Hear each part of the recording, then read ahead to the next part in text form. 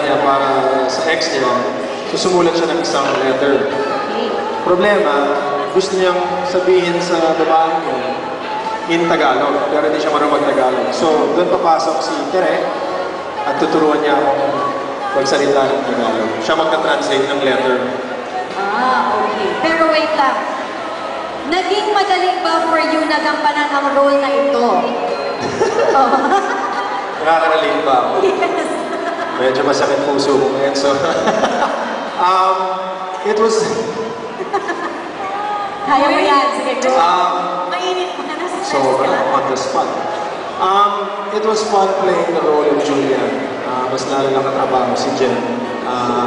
She's so easy to work with. She's a great actress. Yes. Wonderful person. Sometimes. No, she's awesome. She's really great. And it made the role of playing Julian so much easier kasi binigyan niya ng justice at buhay si Tere. Wow! Ganda na sagot. Nakaka-pressure naman yung sagot niya. In fairness, kahit na-pressure sa question ko, nakasagot ka ng maganda. Alright. So ngayon naman, who is Tere? Si Tere ay isang Tagalog tutor. Marami siya mga estudyante, may Korean, may Bisaya.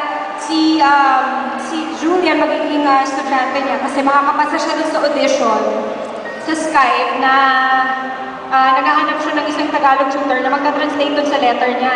Yeah. So nakapasa ako, inuwian ko na lang. So nakapasa ako, tapos from there, doon mabubuo yung love story namin dalawa.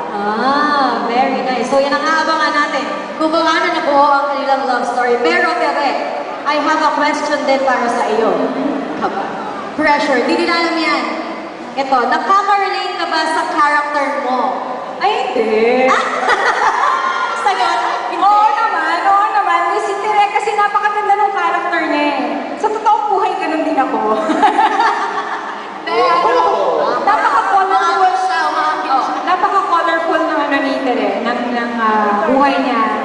Yung attitude niya, napaka-positive niya, ganyan, masayahing babae, ganyan. So, kahit pa paano, di ba? May mga pumapasok na nakaka-relate. Oo naman. Okay, so some of the rainbow colors, mga blue, mga orange, mga ganyan. And this movie, it's a first for Jen and I. Pareho kami hindi pa nakaka-rom-com. So first time namin mag-rom. First comedy namin. Actually, cute. Pero wait lang. May last question ako sa inyo. Ano ang pinaka-nakakakilig at nakakatuwang nangyari sa inyo sa paggawa ng pelikulang ito? Yan ang gusto namin malaman. Ladies first. Ladies first. Ikaw na. Earl, dapat ikaw ay sumasagot niyan. Bakit? Para mas nakakakilig pag galing sa guy, di ba? Oo, tama. Habang kinakwento niya with the sparkling eyes. Yes. May samang sipa.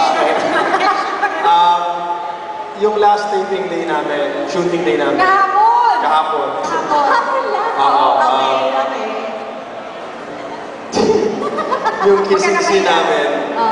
First time ko, simple kissing scene lang siya, pero first time ko, parang ninervyos ako gumawa. Nakikita ko, Ha? Hindi kasi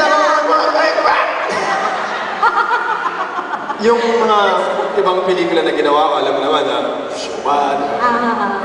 So paghubadan pagalitan. Ito, sweet kiss lang. Ito sobrang simple lang kasi. Paulit-ulit ko, hindi ko, ewan ko kung bakit. May tension. No? Basta ako wala akong mali siya. Walang mali siya. Ano lang yun? Walang mali siya. Mainit lang yung araw.